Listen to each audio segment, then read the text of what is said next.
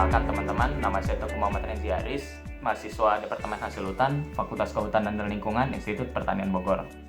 Di sini saya akan sedikit menjelaskan mengenai perekat pati. Yang mana pati ini sendiri adalah karbohidrat kompleks yang diproduksi oleh tanaman pada masa fotosintesis untuk menyimpan energinya.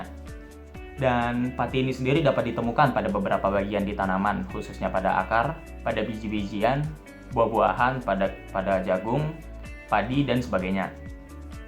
Yang mana pati ini sendiri ternyata sudah sejak lama dimanfaatkan sebagai perekat. Hal ini diutarakan oleh Kennedy pada tahun 1989, yang mana pati ini sendiri sudah dimanfaatkan sebanyak 1,6 juta ton sebagai perekat pada tahun 1985.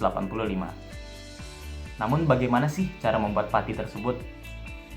Dalam pembuatannya, perekat pati memerlukan beberapa bahan seperti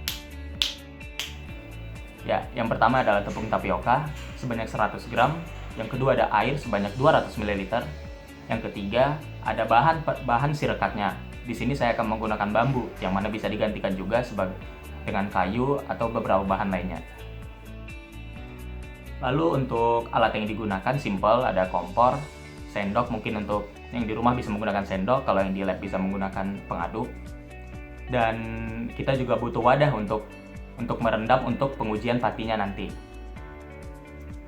Oke, lalu untuk metode kerja, yang pertama kita siapkan alat dan bahan yang tadi telah disebutkan.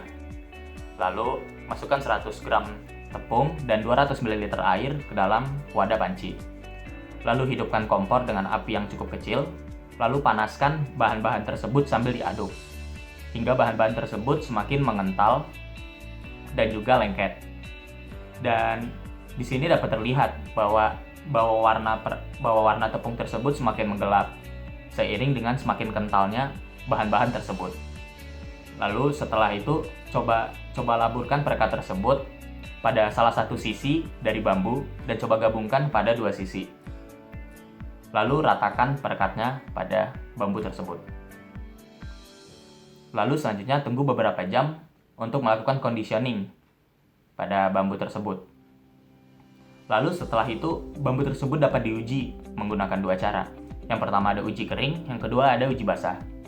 Di sini uji kering kita menggunakan bahan-bahan kasar seperti pisau atau bahan lainnya yang mungkin dapat merusak garis rekat dari bambu yang telah direkatkan tersebut. Dalam uji kering tersebut, di sini saya menggunakan pisau, yang mana pisau tersebut ternyata sangat sulit untuk memotong dari garis rekat bambu tersebut. Sehingga memang perekat pati memiliki kekuatan yang cukup kuat pada uji kering di sini. Tetapi jika pisau diiriskan terlalu keras, maka perekat tersebut juga akan terlepas. Dan juga jika kita menggunakan kekuatan untuk melepaskan antara kedua sisi dari bambu tersebut, maka perekatan tersebut dapat terlepas antar si rekatnya. Lalu yang kedua ada uji basah. Untuk uji basah, pertama-tama kita rendamkan bambu yang telah direkatkan dalam wadah yang telah diisi oleh air. Perendaman dapat dilakukan selama 30 menit sampai 1 jam.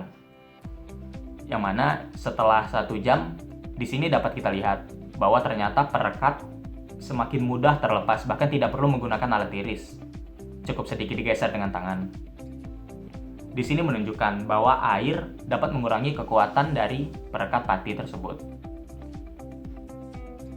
Sekian penjelasan saya tentang perekat pati. Semoga bermanfaat teman-teman dan mohon maaf atas segala kesalahan yang saya ucapkan. Wabillahi taufiq wal hidayah. Wassalamualaikum warahmatullahi wabarakatuh. Tetap semangat teman-teman.